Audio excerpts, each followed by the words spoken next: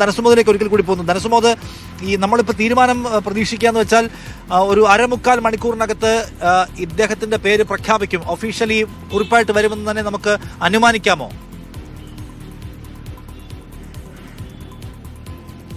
ഇന്ന് എന്തായാലും 7 മണിക്ക് മുമ്പ് തന്നെ ഇക്കാര്യത്തിൽ ഒരു അന്തിമ തീരുമാനം ഉണ്ടാകും എന്ന് തന്നെയാണ് പറഞ്ഞിരിക്കുന്നത്. കാര്യം ഇത് 24 മണിക്കൂറിനുള്ളിൽ തീരുമാനം ഉണ്ടാകേണ്ടതായിരുന്നു. അങ്ങനെയാണെങ്കിൽ ഈ ഉച്ചക്കുണ്ടായ ഒരു ആശയക്കുഴപ്പം ഒഴിവാക്കി മാറ്റി നിർത്തിയാൽ ആദ്യം തന്നെ ഷൗക്കത്തിന്റെ പേരായിരുന്നു ഉണ്ടായിരുന്നത്. അത് നേരെ ഹൈക്കമാൻഡിനെ അറിയിക്കുന്നു. ഹൈക്കമാൻഡ് ഇക്കാര്യങ്ങൾ ഒരു പത്രക്കുറിപ്പായി മാധ്യമങ്ങൾക്ക് നൽകാതെ നേരെ KPCC നേതൃത്വത്തെ തന്നെ അറിയിക്കുന്നു. KPCC നേതൃത്വം ഇത് പ്രഖ്യാപിക്കുന്നു. അടൂർ പ്രകാശ് ഉൾപ്പെടെയുള്ള അവർ അടങ്ങുന്ന വേദിയിൽ ഇക്കാര്യം പ്രഖ്യാപിക്കാം എന്നുള്ള ഒരു തീരുമാനത്തിലായിരുന്നു എത്തിയിരുന്നത്. പക്ഷേ അവസാന നിമിഷം ഉണ്ടായിരുന്ന ആശയക്കുഴപ്പവും ഈ അൻവറിന്റെ ഒരു പ്രഖ്യാപനങ്ങളും കൂടി ഈ വിഷയം ഇങ്ങനെ നീട്ടിക്കൊണ്ടു പോവുകയായിരുന്നു. ഏറ്റവും ഒടുവിൽ ഈ നേരത്തെ നമ്മൾ സൂചിപ്പിച്ചതുപോലെ തന്നെ ഇനി അൻവറിന്റെ ഇത്തരത്തിലുള്ള നിലപാടുകൾക്ക് കീഴടങ്ങേണ്ട എന്നൊരു തീരുമാനം തന്നെയായിരുന്നു എടുത്തത്.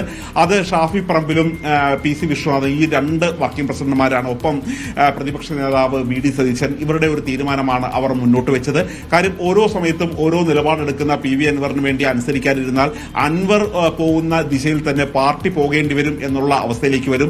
അത് അങ്ങനെ സംഭവിച്ചാൽ ഇനി മാസങ്ങൾക്ക് ശേഷം നിയമസഭാ തെരഞ്ഞെടുപ്പ് നടക്കാൻ പോവുകയാണ്. അങ്ങനെ ഉണ്ടാകുന്ന ഒരു സാഹചര്യത്തിൽ ഒരു അൻവർ നിയന്ത്രിക്കുന്ന റിമോട്ട് കൺട്രോൾ ചെയ്യുന്ന ഒരു പാർട്ടി എന്ന ഒരു ദുഷ്പേര് കോൺഗ്രസിനുണ്ടാകും. അത് ഒരിക്കലും ഒരു നിയമസഭാ തെരഞ്ഞെടുപ്പിൽ പോരാടാൻ നിൽക്കുന്ന പാർട്ടിക്ക് ഒരു യോജിച്ചതല്ല. മാത്രമല്ല ഇത് CPM വളരെ ശക്തമായി തന്നെ കോൺഗ്രസിനെതിരെ പ്രയോഗിക്കാൻ സാധ്യതയുണ്ട്. ഇത് കേവലം നിലമ്പൂരിലോ മലപ്പുറത്തോ മാത്രമല്ല, ഇത്തരത്തിലുള്ളൊരു പ്രചരണം ഉണ്ടായെങ്കിൽ ഒരു തിരുവിതാംകൂർ ഭാഗത്തും തെക്കൻ കേരളത്തിലും ഇത് വ്യാപകമായി കോൺഗ്രസിന് തിരിച്ചടിക്കാൻ സാധ്യതയുണ്ട് എന്നുള്ള കാര്യം മുൻകൂട്ടി കണ്ടുകൊണ്ടാണ് PC വിശ്വനാഥ് ഇക്കാര്യം ചൂണ്ടിക്കാട്ടിയത്. അതനുസരിച്ച് തന്നെയാണ് ഇനിയിപ്പോൾ PV അൻവർ എന്ത് തീരുമാനമെടുത്താലും PV അൻവർ സ്വതന്ത്രം. പക്ഷെ ഞാൻ ചോദിക്കുന്നത്, ഇപ്പോൾ ഇവിടെ അൻവർ ശരിയാണ് ചില വിയോജിപ്പുകൾ ഉന്നയിച്ചു.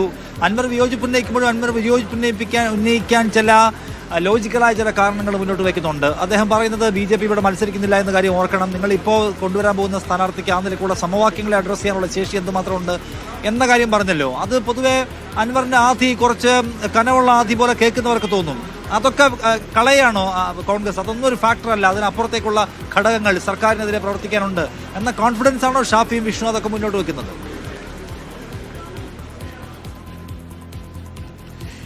ഇപ്പോൾ ഈ കോൺഗ്രസ് ഇത്തരത്തിലുള്ള പല ഉപതെരഞ്ഞെടുപ്പുകളെ നേരിട്ടെങ്കിൽ പോലും കോൺഗ്രസ് നേരിട്ട് വിജയിച്ച വലിയ ഭൂരിപക്ഷത്തിൽ വിജയിച്ച സീറ്റുകളെല്ലാം ഇപ്പോൾ പാലക്കാടായാലും തൃക്കാക്കരയായാലും കോൺഗ്രസിന്റെ സീറ്റുകളിലാണ് ഭൂരിപക്ഷം 3 ഇരട്ടിയും 4 ഇരട്ടിയുമായിട്ട് വർദ്ധിപ്പിച്ചത്. അതേസമയം ആലത്തൂർക്ക് പിടിച്ചെടുക്കാൻ കഴിഞ്ഞില്ല. പക്ഷേ ഇതൊരു സുവർണ അവസരമാണ്. ഒരു ഇടതുപക്ഷം ജയിച്ച സീറ്റ്, അത് അൻവർ രാജിവെച്ചതാണെങ്കിൽ പോലും ഇടതുപക്ഷം സ്വീകരിച്ച സീറ്റിൽ ഒരു പിടിച്ചെടുക്കാം എന്നുള്ള ഒരു കണക്കൂട്ടൽ തന്നെയാണുള്ളത്. അതിനുശേഷം ഒരു LDFന്റെ സ്ഥാനാർത്ഥി ആരാകാനാണ് സാധ്യതയുള്ളത് എന്നുള്ള ഒരു പരിശോധന തന്നെ UDF നടത്തിയിരുന്നു. അപ്പോഴാണ് അവർക്കൊരു വിവരം ലഭിച്ചത്. അതായത് നിലമ്പൂരിന് പുറത്തുള്ള ആളും അതേസമയം മലപ്പുറം ജില്ലയിൽ തന്നെ ഉള്ള ഒരാളും സ്വതന്ത്രനായ ഒരു വ്യക്തിയായിരിക്കും, ഇടതുപക്ഷ സ്വതന്ത്ര സ്ഥാനാർത്ഥിയായിരിക്കും LDF സ്ഥാനാർത്ഥിയായി വരാൻ സാധ്യതയുള്ളത് എന്ന തരത്തിലുള്ള ചർച്ചയാണ് LDF നടക്കുന്നത് എന്നുള്ള വിവരമാണ് UDFിൽ ലഭിച്ചത്. അങ്ങനെയാണെങ്കിൽ ഒരു അരികടൻ ഷൗക്കത്തുമായി മുന്നോട്ട് പോയാൽ ഇത്തരത്തിലുള്ള സ്വതന്ത്ര സ്ഥാനാർത്ഥിയെ വിജയിപ്പിക്കാൻ കഴിയും. മാത്രമല്ല ഒരു LDF ഒറ്റയ്ക്ക് നിന്നാൽ LDFന് മാത്രം ഒറ്റയ്ക്ക് ജയിക്കാൻ കഴിയുന്ന ഒരു മണ്ഡലമല്ല നിലമ്പൂർ എന്നുള്ള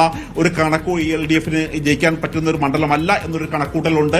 ഒറ്റയ്ക്ക് ജയിക്കാം എന്നുള്ള ഒരു ആത്മവിശ്വാസം LDFനുമില്ല. മാത്രമല്ല ആരെങ്കിലും ഈ UDFിൽ നിന്ന് ഒരു പ്രധാനപ്പെട്ട നേതാക്കന്മാർ തെറ്റിപ്പോവുകയാണെങ്കിൽ തന്നെ അവരുടെ ഒരു റിബൽ സ്ഥാനാർത്ഥിയായി നേരത്തെ സരൻ നിന്നതുപോലെ ഏതെങ്കിലും തരത്തിലുള്ള സ്ഥാനാർത്ഥി ഉണ്ടാകാതിരിക്കാനുള്ള മുൻകരുതലെല്ലാം എടുക്കുകയും അതിനനുസരിച്ചുള്ള ഈ തരത്തിലുള്ള എല്ലാ നേതാക്കന്മാരോടും കൃത്യമായി അവർ സംസാരിക്കുകയും ചെയ്തു. കാര്യം മാസങ്ങൾക്ക് ശേഷം ഈ തെരഞ്ഞെടുപ്പ് നടക്കാൻ പോവുകയാണ്. അപ്പോൾ അസംതൃപ്തരായി നിൽക്കുന്ന പല ആളുകൾക്കും ഇനി ഒഴിവുള്ള പല സീറ്റുകളുണ്ട്. പാലക്കാട് പട്ടാമ്പി കൂടിയാലോചന നടത്തുകയും എല്ലാ റിസ്ക് എലമെന്റ്സും ഡിസ്കസ് ചെയ്യുകയും ചെയ്തതിനു ശേഷമാണ് ആര്യാടൻ ഷൗക്കത്ത് മത്സരിക്കട്ടെ, അതിൽ മാറ്റമൊന്നും വരുത്തേണ്ടതില്ല, ഒപ്പം പാർട്ടിയുടെ പ്രൈഡിനെ ഡിസ്റ്റർബ് ചെയ്യുന്ന അല്ലെങ്കിൽ ആക്രമിക്കുന്ന അൻവറിന് വഴങ്ങിക്കൊടുക്കേണ്ടതില്ല എന്ന തീരുമാനത്തിലേക്ക് കോൺഗ്രസ് നേതൃത്വം എത്തിയെന്നാണ് നമ്മൾ മനസ്സിലാക്കുന്നത്. ഞാനിപ്പോൾ നിൽക്കുന്നത് ആര്യാടൻ ഷൗക്കത്തിന്റെ വീട്ടിലാണ്. അദ്ദേഹത്തിന്റെ പാർട്ടി പ്രവർത്തകരും അനുയായികളും ഒപ്പം ഈ നിലമ്പൂരിൽ നിന്നുള്ള പ്രദേശവാസികളുടെ അവിടെയുണ്ട്. അല്പസമയത്തിനകം ഔദ്യോഗികമായ പ്രഖ്യാപനം വരുമെന്ന് വിചാരിക്കുന്നു. ആര്യാടൻ ഷൗക്കത്തിന് വണ്ടി ഇവിടെ കാണാം, അദ്ദേഹം ഇവിടെ ഉണ്ടെന്ന് വിചാരിക്കുകയാണ്. അതിനുശേഷം ഔദ്യോഗികമായി ആര്യാടൻ ഷൗക്കത്തിന്റെ പ്രതികരണം ഉണ്ടാവും. ഇലക്ഷൻ പ്രചരണത്തിന് ഒരുപക്ഷെ ഇന്ന് തന്നെ തുടക്കമാകും എന്ന് വിചാരിക്കണം. നല്ല മഴയുണ്ട് നിലമ്പൂരിൽ, രാവിലെ മുതൽ നിൽക്കുന്നില്ല. സംസ്ഥാനത്ത് എല്ലായിടത്തും മഴയാണ്. സ്വാഭാവികമായിട്ട് നമുക്ക് കഴിഞ്ഞ കാലങ്ങളിലൊക്കെ തെരഞ്ഞെടുപ്പുകൾ കാണുന്ന ഒരു പരമ്പരാഗത പ്രചരണ ശൈലിക്കൊക്കെ കുറച്ച് മങ്ങലുണ്ടാവും. കാരണം അത്ര കാര്യമായിട്ടുള്ള മഴ കേരളത്തിൽ പെയ്തുകൊണ്ടിരിക്കുകയാണ്. പക്ഷേ ഈ സമയം ഉണ്ടായിരുന്ന പിരിമുറുക്കത്തെ പെട്ടെന്ന് മറികടക്കാൻ കോൺഗ്രസിന് കഴിഞ്ഞു. അങ്ങനെ ഏതെങ്കിലും ഒരു സമ്മർദ്ദത്തിനോ ആരെങ്കിലും ഉണ്ടാക്കുന്ന ഒരു സങ്കീർണാവസ്ഥയ്ക്കോ വഴിപ്പെടേണ്ടതില്ല എന്ന് കോൺഗ്രസ് നേതൃത്വം തീരുമാനിക്കുന്നു. അൻവറിന് വേണമെങ്കിൽ സഹകരിക്കാം എന്ന മട്ടിൽ, വേണമെങ്കിൽ അൻവറിന് ഇനിയിപ്പോൾ ഏതെങ്കിലും സമ്മർദ്ദം ഉണ്ടാക്കി പോകണമെന്നുണ്ടെങ്കിൽ പോകാം എന്ന മട്ടിൽ സ്വീകരിച്ചിരിക്കുകയാണെന്ന് അറിയില്ല. ഓൾറെഡി അതോ അൻവറുമായിട്ട് കമ്മ്യൂണിക്കേറ്റ് ചെയ്തോ, അൻവറിനെ കൺവിൻസ് ചെയ്തോ, അൻവറിന്റെ UDF പ്രവേശനത്തിന്റെ കാര്യത്തിൽ അൻവറിന് ഉറപ്പ് കൊടുത്തിട്ടുണ്ടെന്ന് അറിയില്ല. 6 മണിക്ക് സംസാരിക്കുമ്പോൾ അൻവർ അതിൽ വ്യക്തത വരുത്തുമെന്ന് വിചാരിക്കുകയും ചെയ്യുന്നു. ഏതായാലും അല്പസമയത്തിനകം AICCയുടെ കുറിപ്പ് പുറത്തുവരും. ആര്യാടൻ ഷൗക്കത്തിനെ സ്ഥാനാർത്ഥിയായി പ്രഖ്യാപിച്ചുകൊണ്ടുള്ള കുറിപ്പ് വരികയാണ്. കോൺഗ്രസ് ഇതിന്റെ ആദ്യത്തെ കടമ്പ കടക്കുന്നു. തിരഞ്ഞെടുപ്പ് പ്രഖ്യാപനത്തിന്റെ പിറ്റേന്ന് തന്നെ കോൺഗ്രസ് അവരുടെ സ്ഥാനാർത്ഥിയെ പ്രഖ്യാപിക്കുന്നു എന്നാണ് ശ്രദ്ധിക്കേണ്ട കാര്യം. ഇവിടുത്തെ സ്ഥാനാർത്ഥിയെ പ്രഖ്യാപിച്ചതിന് ശേഷം അത് നോക്കി അതിന്റെ ഘടകങ്ങൾ വിലയിരുത്തിക്കൊണ്ട് അപ്പുറത്ത് സ്ഥാനാർത്ഥിയെ പ്രഖ്യാപിക്കാൻ തന്നെയാണ് LDF തീരുമാനിച്ചിട്ടുള്ളത്.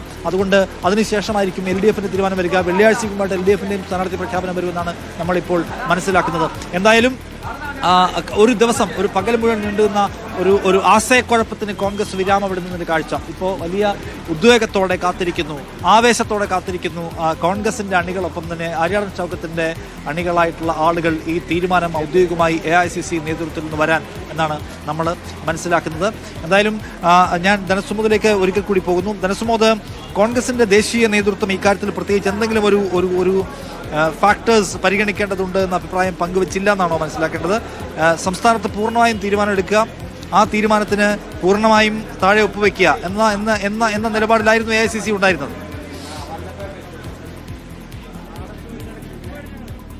കാര്യം ഇതിപ്പോൾ ഈ സണ്ണി ജോസഫിന്റെ കമ്മിറ്റി വന്നതിന് ശേഷമുള്ള ഏറ്റവും നിർണായകമായിട്ടുള്ള ഒരു തീരുമാനമാണ് ഈ തരത്തിലുള്ള തെരഞ്ഞെടുപ്പ് തീരുമാനം എന്ന് പറയുന്നത്. അതുകൊണ്ട് തന്നെ ആ പാർട്ടി പുതിയ നേതൃത്വത്തെ മുഖവിലക്കെടുക്കുക എന്നുള്ളത് കേന്ദ്ര നേതൃത്വത്തിന്, ദേശീയ നേതൃത്വത്തിന് വളരെ അനിവാര്യമായ ഘടകം തന്നെയാണ്. കാരണം സണ്ണി ജോസഫിനെ പോലെ ഒരാളെ നിയമിച്ചതിന് ശേഷം അതിന് മുകളിലൂടെ പറന്ന് ഒരു പാരച്യൂട്ട് ലാൻഡിംഗ് നടത്തുന്നത് പോലെ നേരത്തെ പല സ്ഥലങ്ങളിലും കോൺഗ്രസ് അങ്ങനെ ചെയ്തിട്ടുള്ളതാണ്. കോൺഗ്രസ് ഈ സംസ്ഥാന നേതൃത്വം നൽകുന്ന പട്ടികയ്ക്ക് മുകളിലൂടെ മറ്റൊരു സ്ഥാനാർത്ഥിയെ കെട്ടിയിറക്കുന്നത് ഉൾപ്പെടെയുള്ള കാര്യങ്ങൾ ചെയ്തിട്ടുള്ളതാണ്. നേരത്തെ ശശി തരൂർ അടക്കമുള്ള അവരുടെ സ്ഥാനാർത്ഥിത്വത്തിലും ചാലക്കുടി ബെന്നി ഉൾപ്പെടെയുള്ള സ്ഥാനാർത്ഥികളിലും ഇക്കാര്യം ചെയ്തതാണ്. പക്ഷെ ഇനി ഒരു കാരണവശാലും ആ തരത്തിലുള്ള ഒരു തീരുമാനം ഉണ്ടാകേണ്ട എന്ന് തന്നെയാണ് തീരുമാനിച്ചിരിക്കുന്നത്. ഈ സംസ്ഥാന നേതൃത്വം എന്ത് പേര് നൽകുന്നു അത് അംഗീകരിക്കുക എന്നുള്ള ഒരു രീതിയിലേക്ക് ഇപ്പോൾ കോൺഗ്രസ് നേതൃത്വം